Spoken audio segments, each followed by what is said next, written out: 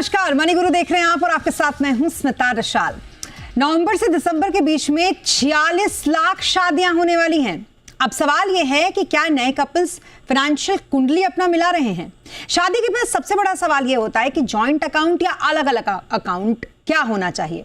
तो क्या उस पर खुलकर बात हो रही है। अब आज के हमारे शो में हम आपको बताएंगे हैप्पी मैरिड लाइफ के लिए फाइनेंशियल मंत्र, इमरजेंसी फंड से लेकर निवेश की पूरी स्ट्रैटेजी। साथ ही एक्सपर्ट से आप जानेंगे कि कपल्स कैसे कौन से म्यूचुअल फंड से बना सकते हैं अपना लॉन्ग टर्म वेल्थ। इस शो में हमारे साथ हैं कंप्लीट सर्कल कैपिटल के सीनियर पार्टनर विकास पुरी और सर्टिफाइड फाइनेंशियल प्लानर पूजा भिंडे। आप दोनों का बहुत स्वागत है हमारे साथ शो पर जुड़ने के लिए। हर कोई इसकी बात करता है कि शादी के बाद आपको कहाँ घूमने जाना है, शादी के बाद आपको किस तरीके से एक दूसरे के साथ रहना है कि कम झगड़े हो। लेकिन हमने आज ये चुना है कि हम ये बताएं लोगों को कि शादी के बाद आपको आपकी फाइनेंशियल प्लानिंग कैसे करनी है। और ये बहुत इंपॉर्टेंट होता है क्योंकि पैसे अगर सही तरीके से प्रॉपर तरीके से मैनेज हो तो कलेश की स्थिति थोड़ी कम हो जाती है।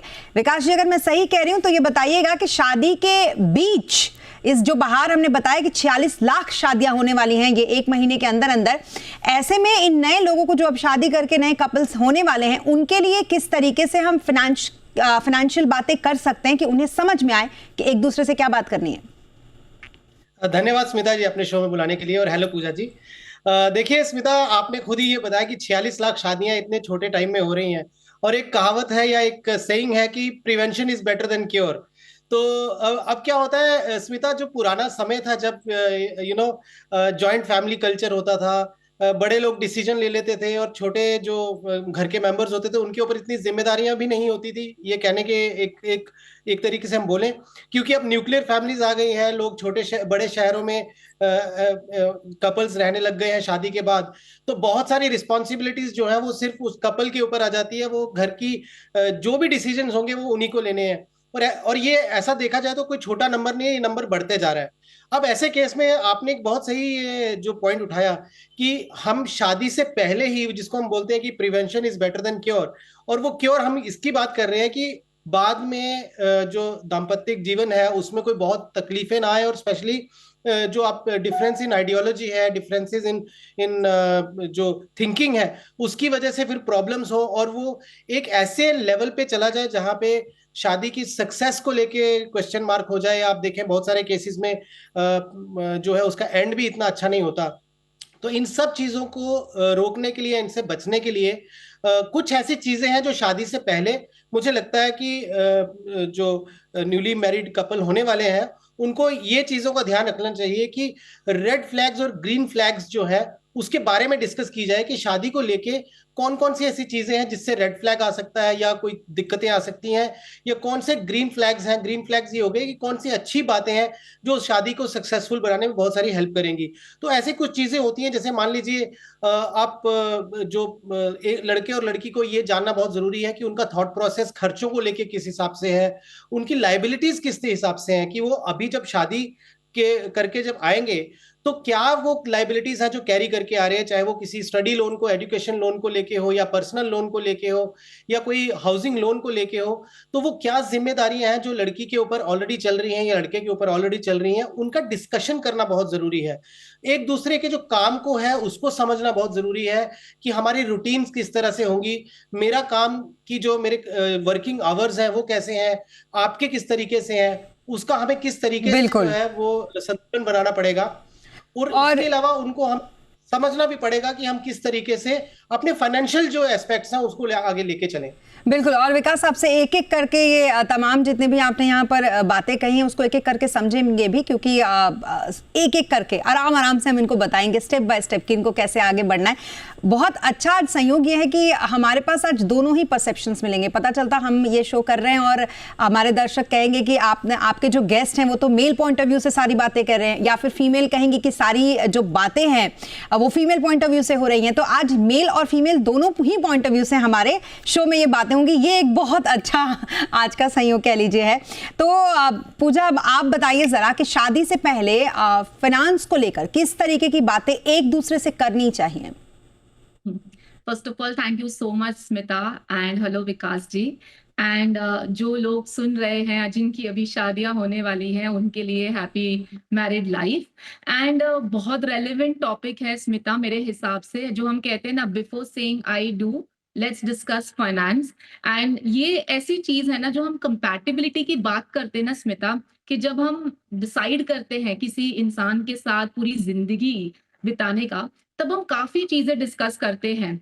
लेकिन कहीं ना कहीं फाइनेंस को हम इतना डिस्कशन में नहीं लाते। I don't know, maybe families अपने लेवल पे देख लेती है कि हाँ अच्छा खासा कमा रहा है, हमने अपने लेवल पे थोड़ा बहुत देख लिया। लेकिन डिस्कशन जो बहुत जरूरी अब बन गई है, उसका कारण ये है स्मिता कि बहुत ज्यादा हम देख रहे हैं कि शादियों में जो प्रॉब्लम्स भी आ रहे हैं ना कहीं पैसों की वजह से आ रहे हैं। और फिर मैं देख रही हूँ काफी ऐसे, मेरे भी ऐसे काफी नोन में है, जो काफी लोग कहते हैं कि initial starting years of marriage में मुझे अपना इन्वेस्टमेंट नहीं दिखाना, मेरे नॉमिनीज को मुझे चेंज नहीं करना। सो मेरे हिसाब से ये फाउंडेशन जिस बेसिस पे हम शादी कर रहे हैं, ये जो ट्रस्ट का, जो अंडरस्टैंडिंग का जो फाउंडेशन है, उसको स्ट्रॉन्ग बनाने के लिए प्री डिस्कशन होना बहुत जरूरी है कि ये मेरा पैसा या ये तुम्हारा पैसा नहीं है, ये हमारा पैसा होगा, हमारी लाइफ होगी, हम उसको साथ में किस तरीके से प्लान करेंगे। ऐसे एक रिस्पेक्ट का एक इमोशन होना चाहिए। एंड मेरे हिसाब से वैल्यूज जो हम देखते हैं ना एक दूसरे के नेचर में, वैसे मनी वैल्यूज और मनी बिहेवियर देखना बहुत जरूरी है कि हर इंसान का जिस हिसाब से एक बिहेवियर होता है, वैसे पैसों के मामले में भी स्मिता बिहेवियर होता है कि वो ज्यादा स्पेंडिंग वाले हैं, ज्यादा ट्रैवल खर्चे में ज्यादा खर्चे करते हैं, इन्वेस्टमेंट्स की साइकोलॉजी नहीं है। सो ये सब बात कर करके स्प्लिट करते हैं। जैसे आपने कहा, फीमेल एंगल से बहुत इंपॉर्टेंट हो जाता है एक फीमेल के लिए। यहाँ पे दो ऑप्शंस आ जाते हैं। एक, अगर आप हाउसवाइफ रहना चाहती हैं तो भी बहुत इंपॉर्टेंट होता है, बिकॉज आपकी डिपेंडेंसी अब फादर से हटके अब आपके हस्बैंड पे होगी। तो अब तक आपने इतना ज्यादा सोचा नहीं होगा, लेकिन हस्बैंड के साथ आप डिस्कस करेंगे तो आपको समझ में आएगा कि घर कैसे चलाना है और आपका खुद का भी किस तरीके से सेविंग होगा। एंड अगर मैं कमा रही हूँ and even I am earning, हम दोनों ही कमा रहे हैं, तो भी मेरे लिए ये डिस्कशन करना बहुत जरूरी है। क्योंकि आजकल स्मिता बहुत ज्यादा पोजीशंस भी काफी टाइम बिल्कुल। पोजीशन ज्यादा बड़ी हो जाती है, उनकी अर्निंग होती है, तो वहां हम्म। पे मेल इश्यूज ये सब नहीं आने चाहिए। इस वजह से पहले अगर बात हो जाती है ना, मेरे हिसाब से कम्युनिकेशन को हमें बहुत ज्यादा वेटेज देना है इस पर्टिकुलर डिस्कशन में। बिल्कुल, नहीं तो फिर कोई कॉन्फ्लिक्ट ही ना हो। और विकास, सबसे बड़ी बात तो ये होती है कि हेजिटेशन तो होती है। हेजिटेशन तब भी होती है जब अरेंज मैरिज हो रही होती है कि अब पैसों की बात कैसे करें। जब लव मैरिज हो रहा होता है और कोर्टशिप पीरियड चल रहा होता है, तब तो लगता है कि अब पैसों की बात क्यों करें। तो इस तरीके की जो सिचुएशन होती है, उन लोगों के लिए आप बताइए कि कितनी जरूरी होती है कि जैसे आपकी कुंडली मिलाई जा रही है, उसी तरीके से फाइनेंशियल कुंडली भी मिलाएं। एक दूसरे से बात करना कितना जरूरी है विकास? बहुत जरूरी है स्मिता। और देखिए, ट्रस्ट सबसे इंपॉर्टेंट है। बिकॉज आप अगर हम जॉब की बात कर रहे हैं या शादी की बात कर रहे हैं या किसी भी रिलेशनशिप की बात कर रहे हैं, ट्रस्ट बहुत जरूरी है। और ट्रस्ट कब बनता है? जब आप ट्रू टू योर सेल्फ होते हैं। देखिए, कोर्टशिप पीरियड में बहुत बार हमने देखा है कि एक थोड़ा दिखावा ज्यादा रहता है, और जब शादी के बाद है वो थोड़ा एक्चुअल सिचुएशन जो होती है वो सामने आ जाती है। और मुझे लगता है कि अब जो न्यू एज कपल्स हैं, जो जो लोग शादी के बंधन में बंध रहे हैं, वो ज्यादा मैच्योर्ड है in terms of their thought process. तो उनको ये जरूरी है कि वो ट्रस्ट बिल्ड करें बाय शोइंग देयर एक्चुअल। मतलब एक्चुअल का मतलब ये हो गया कि उनको ये बताना पड़ेगा कि मेरी एक्चुअल अर्निंग क्या है, मेरे से आप क्या एक्सपेक्ट कर सकती हैं, या गर्ल जो है वो बॉय को बता सकती है कि आप मेरे से क्या उम्मीद रखते हैं। तो मुझे भी ये समझना जरूरी है कि आप किस एंगल से या किस थॉट प्रोसेस से उस शादी के जो रिलेशनशिप में एंटर कर रहे हैं।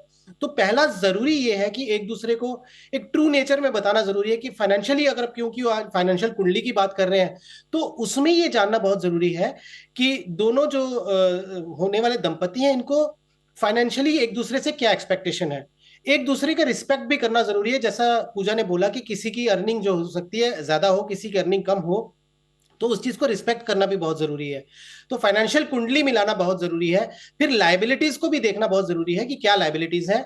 और ये भी देखना जरूरी है कि मैं कोई चीज छुपाऊं ना, जिनके साथ हम शादी के बंधन में बंध रहे हैं उनसे छुपाए ना, ताकि क्योंकि अगर वो छुपाते हैं और शादी के बाद चीजें सामने आती हैं, तो उसकी शुरुआत बहुत गलत तरीके से होगी।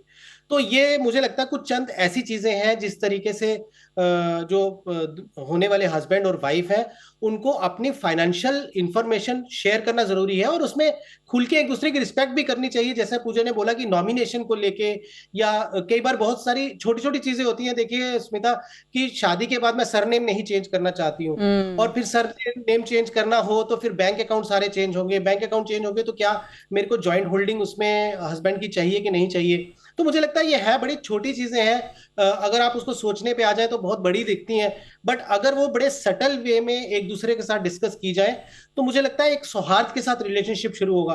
और अगर रिलेशनशिप शुरुआत में अगर बहुत स्मूथली चले और ट्रस्ट के साथ चले तो फाइनेंशियल एस्पेक्ट्स में थोड़ी बहुत प्रॉब्लम हो सकती है आने वाले समय में, या कुछ भी होगा, लेकिन उसको कैसे उससे निजात पानी है, कैसे उस चीज से निकलना है, वो अगर ट्रस्ट बिल्डअप हो गया होगा रिलेशनशिप में तो ऐसी फाइनेंशियल प्रॉब्लम्स भी बड़े अच्छे से निकल जाएंगी।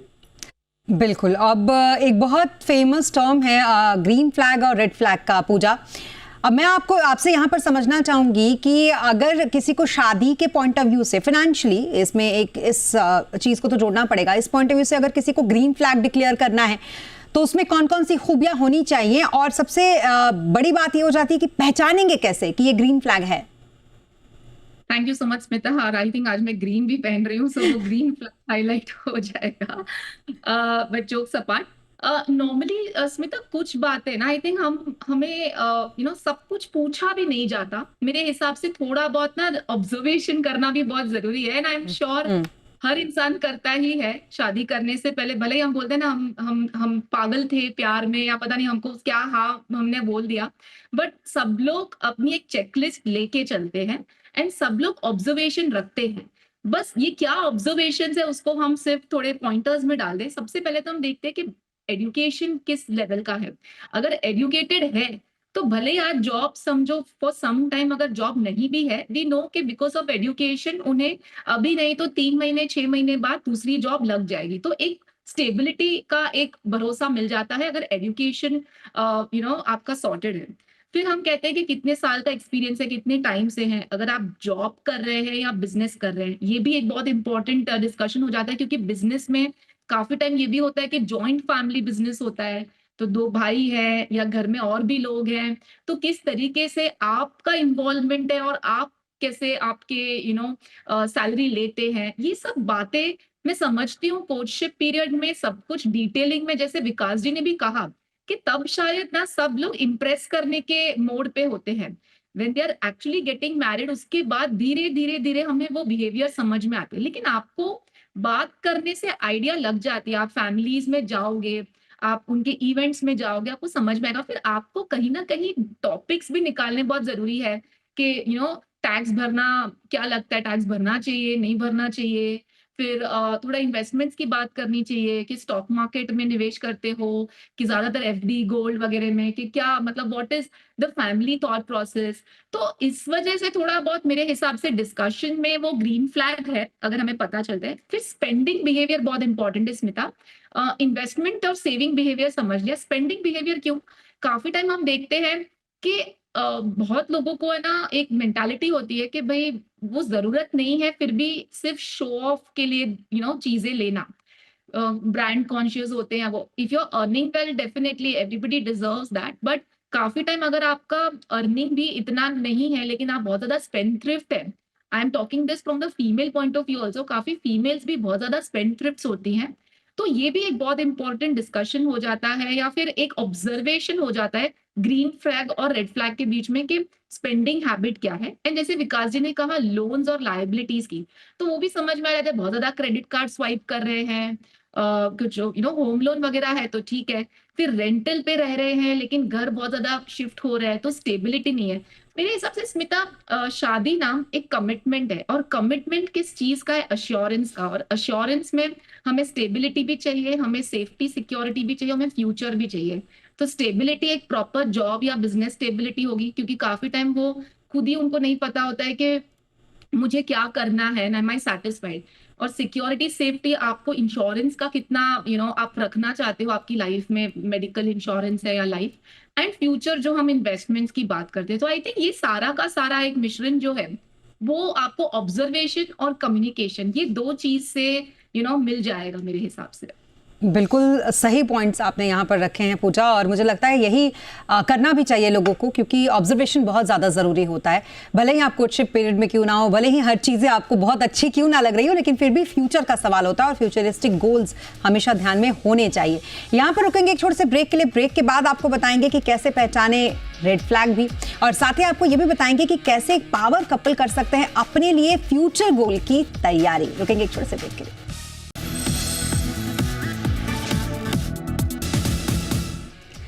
ब्रेक के बाद एक बार फिर आपका स्वागत है। शादी करने जा रहे हैं आप, तो कैसे रखें शादी के बाद अपने फाइनेंशियल हेल्थ का ख्याल, और सबसे बड़ी बात कि क्यों बहुत जरूरी है इस पर कपल का बात करना। इस पर कर रहे हैं हम बात। हमारे साथ विकास पुरी और पूजा भिंडे इस वक्त मौजूद है। विकास, अब आपके पास में आऊंगी, और सबसे इंपॉर्टेंट बात ये हो जाती है कि फाइनेंशियल प्लानिंग, अल्टीमेटली सारी चीजें तो वहीं पर आती हैं कि आप एज एन कपल जब आगे बढ़ेंगे जिंदगी में, तो आपकी फाइनेंशियल प्लानिंग किस तरीके की होनी चाहिए, इस पर कैसे बात करनी चाहिए?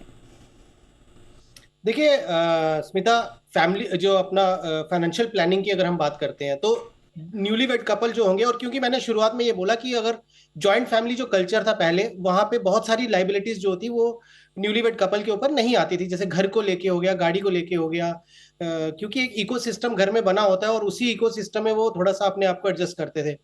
आज की तारीख में जब हम न्यूक्लियर फैमिलीज की बात करते हैं, जब लोग शहरों में या टीयर 2 सिटीज में अकेले उनको पूरी चीजें मैनेज करनी है, तो आप ये देखें कि आपके शॉर्ट टर्म, मीडियम टर्म और लॉन्ग टर्म गोल्स होते हैं जो लाइफ में आने वाले होते हैं। अब हम मैरिज की बात कर रहे हैं, तो मैरिज के इमीडिएटली बाद जो सबसे पहला जो एक आप बोलेंगे इवेंट होता है, वो हनीमून के लिए जब कपल को बाहर जाना है, तो ऑब्वियसली उसका एक खर्चा होता है, बिकॉज एस्पिरेशनल इंडिया है, तो सबको ये चाहिए कि वो एक एग्जॉटिक लोकेशन पे जाए या ओवरसीज लोकेशन पे जाए, तो उसके लिए एक आपके बजट होगा। फिर उसके बाद में एक मान लीजिए मिड टर्म गोल हो गया कि गाड़ी का गोल हो गया या घर लेना है अगर, तो ये जो गोल्स होते हैं, क्योंकि हम फाइनेंशियल प्लानिंग की जब बात करते हैं, अब यहाँ पे हम किसी एक इंडिविजुअल की बात नहीं कर रहे हैं, हम कपल की बात कर रहे हैं, और उस कपल को बैठ के, क्योंकि हम बात भी उस चीज की कर रहे हैं जहां पे शादी होने वाली है, तो हम यही मान के चलते हैं पॉजिटिव नोट पे कि सब चीजें सही तरीके से जा रही हैं, और अब उनको अपना जो मैरिड लाइफ है उसको कैसे पीसफुल बनाना है उसके लिए वो प्लानिंग हो रही है। तो ऐसे केस में फाइनेंशियल प्लानिंग में उनको अपने गोल प्लानिंग जो है वो मुझे लगता है एक बजट डायरी कह लीजिए या कहीं पे वो आप नोट करें, और उसके बाद वो लिखें कि हमें कितना एक्सपेंस जो है वो शादी के लिए, कितना हमें सपोर्ट घर से मिलेगा, कितना हमें खुद से एक्सपेंस करना है, कितना हमें हनीमून पे खर्चा होगा। और जब ये बजटिंग करते हैं तो उसमें ये बहुत जरूरी है कि कहीं पे भी ओवरबोर्ड ना जाया जाए, क्योंकि शादी देखिए स्मिता 2-3 दिन का इवेंट है, लेकिन उस इवेंट में दिखावे की वजह से इतना ज्यादा लोन या इतना ज्यादा खर्चा कर लिया कि बाद की लाइफ बहुत ज्यादा मिजरेबल हो जाए, उससे बिल्कुल बचना चाहिए। और यदि पेरेंट्स भी लेविश एक्सपेंसिव खर्चे करने जा रहे हैं, तो पेरेंट्स को भी रोकना चाहिए कि आप हमारे ऊपर इतना खर्चा ना करें, जितना उसको सेटल हो उतना बेटर रहेगा।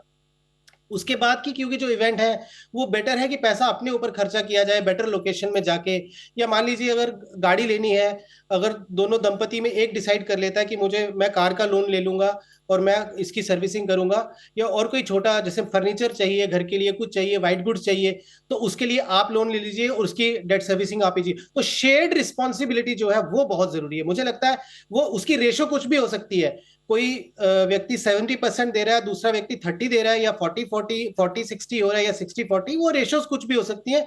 वही एक चीज है जो आप आज शो में आप हाईलाइट करना चाहती हैं कि शादी से पहले इन चीजों के बारे में डिस्कस कर लें, ताकि जब शेयर्ड रिस्पॉन्सिबिलिटी हो जाती है तो मुझे लगता है लाइफ बहुत सक्सेसफुल होती है। और उसमें क्या होता है कि आपको एक चीज का एहसास आ जाता है कि हमें कैसे कंधे से कंधा मिला के अपनी लाइफ को बिल्ड करना है, थ्रू छोटे छोटे एसेट्स, छोटी छोटी एस्पिरेशंस और छोटे छोटे गोल्स को लेके। तो यहाँ पे मुझे ऐसा लगता है कि बिफोर मैरिज एक बजट डायरी बनाई जाए, उसमें शॉर्ट टर्म, मीडियम टर्म और लॉन्ग टर्म गोल्स को डिफाइन किया जाए, और इसमें फिर ये भी तय किया जाए कि हम शेयर्ड रिस्पॉन्सिबिलिटी कितनी लेंगे, कौन कितनी लेगा, किस तरीके से लेगा। और अगेन मैं यही बोलूंगा कि किसी भी चीज में ओवरबोर्ड ना जाएं। अगर लगता है कि आज वो उतना फाइनेंशियल अवेलेबिलिटी नहीं है लिक्विडिटी के हिसाब से, तो गोल को थोड़ा सा एक्सटेंड कर लें। इमीडिएटली हनीमून पे ना जाके 3 महीने के बाद जाया जाए, इमीडिएटली गाड़ी ना खरीद के उसको 6 महीने के बाद लिया जाए, या जो बजट आपने सोचा है उससे थोड़ा कम किया जाए। तो हर एस्पेक्ट पे सोच के एक अच्छा वेल इन्फॉर्म्ड डिसीजन जो होता है वो लिया जाए, विजडम के साथ चला जाए और शेयर्ड रिस्पॉन्सिबिलिटी के साथ चला जाए, तो मुझे लगता है लाइफ बहुत ही अच्छी होगी।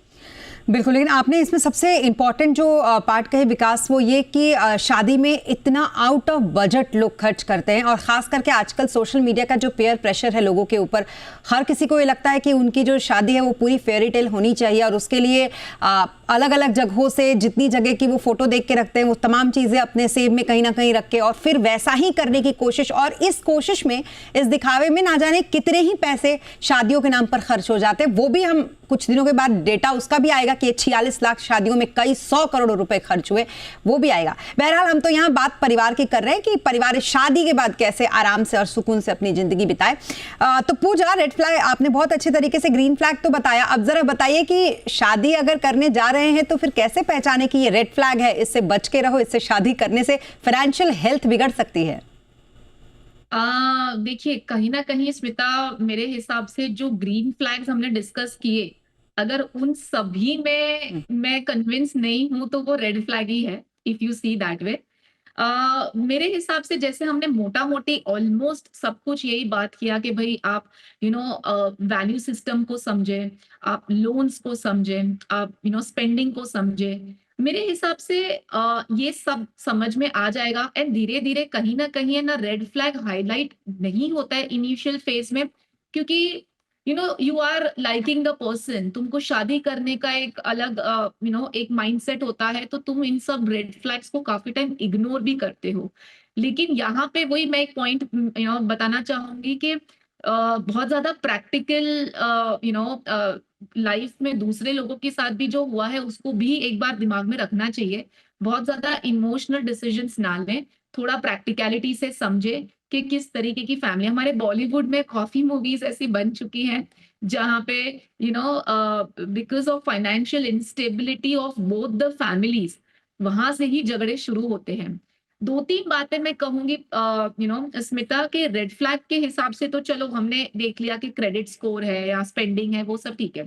लेकिन थोड़ा बहुत जो आपको पॉइंट्स ध्यान में रखने हैं शादी के हिसाब से प्लान करने के लिए, कि आपकी जो ग्रोसरी है, घर खर्च है, वो सब के लिए आप दोनों जॉइंट अकाउंट मेंटेन करेंगे या दोनों खुद का अकाउंट। ये भी एक बहुत अच्छा डिस्कशन है कि जो मेन समझो कोई घर का लोन चल रहा है, कोई ईएमआई चल रही है, जो ग्रोसरी का खर्चा, यूटिलिटीज है, वो हम जॉइंट अकाउंट से करते हैं। जैसे विकास जी ने कहा प्रपोर्शन, तो शायद वो proportion can be in terms of income, कि ये कितने इनकम कमा रहे हैं, ये कितने इनकम कमा रहे हैं, उस प्रपोर्शन में आप एक्सपेंसेस भी शेयर करें। एंड वो 50-30-20 वाला जो रूल है, 50% आप नीड्स के लिए रखे, 30% वॉन्ट्स एंड 20% सेविंग्स, ये एक चीज।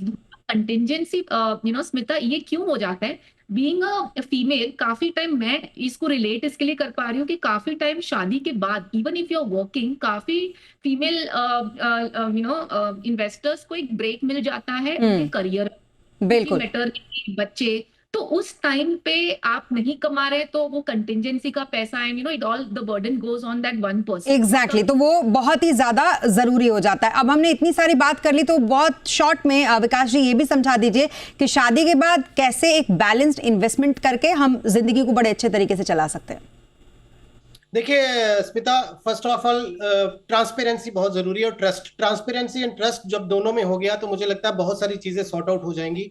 जो भी पूजा जी ने, हमने पॉइंट्स डिस्कस किए हैं, इसमें कैसा होता है कि आप एक तो फाइनेंशियल ईमानदारी, या जिसको हम बोलते हैं कि ट्रांसपेरेंसी रखें, एटलीस्ट बता के रखें कि मैं किस तरीके से अपने फाइनेंसिस को मैनेज करूंगी और आप किस तरीके से मैनेज करेंगे, ईएमआई को हम किस तरीके से डिवाइड करेंगे, अकाउंट्स किस तरीके से खोलने की, कौन से खर्चों के लिए हम जॉइंट अकाउंट खोल सकते हैं, या नहीं भी खोलना होगा हम अपने अपने अकाउंट से किन चीजों का जो है खर्चा करेंगे, और उसके अलावा किस तरीके से इंश्योरेंस हमने लेनी है, किस तरीके से हमने जो बाकी लाइबिलिटीज है उसको वो करना है। और जैसा पूजा ने बोला कि ये बहुत जरूरी इंपॉर्टेंट पॉइंट जो हो जाता है कि आप 50-30-20 जो रूल है कि 50% हमारे एक्सपेंसेस हो जाएंगे और 30% जो है हम अपना जो नीड्स है उसके लिए वो कर लें, और जो वांट्स वगैरह के लिए हम 20% रखें, बट 30% हम एटलीस्ट सेव करें, क्योंकि सेविंग इज वेरी इंपॉर्टेंट। और स्मिता, लास्ट में मैं यही चीज बोलूंगा कि अमीर वो है जिसकी जेब में या बैंक बैलेंस में पैसा है। खर्चा करके कोई आदमी अमीर नहीं बनता, और दिखावा जो है कि शादी में जो दिखावा हमने शुरुआत की कि वो दिखावे की शादी आपको एक लंबे समय तक आपकी लाइफ में बहुत बड़ा डेंट क्रिएट करके जाएगी, तो उससे बचना बहुत जरूरी है। तो ये कुछ ऐसे पॉइंट्स हैं जिसके ऊपर हमने डिस्कशन किया। ट्रस्ट, ट्रांसपेरेंसी एंड विजडम के साथ पैसे को खर्चा, एंड फोर्थ जो है शेयर्ड रिस्पॉन्सिबिलिटी लें, ताकि आपकी लाइफ जो है बहुत स्मूथली निकले। बिल्कुल, बहुत ही अच्छा एक डिस्कशन आप दोनों ने यहाँ पर किया। पूजा, थैंक यू इसके लिए, और विकास आपका भी बहुत शुक्रिया हमारे साथ इस शो पर जुड़ने के लिए, क्योंकि आप लोगों ने बहुत अच्छे तरीके से ये बताया कि कैसे शादी के बाद आपके फाइनेंशियल हेल्थ का आपको खुद ध्यान रखना है। और इसी के साथ मनी गुरु के सेगमेंट में आज के लिए बस इतना ही। आप बने रहें जी बिजनेस के साथ। नमस्कार।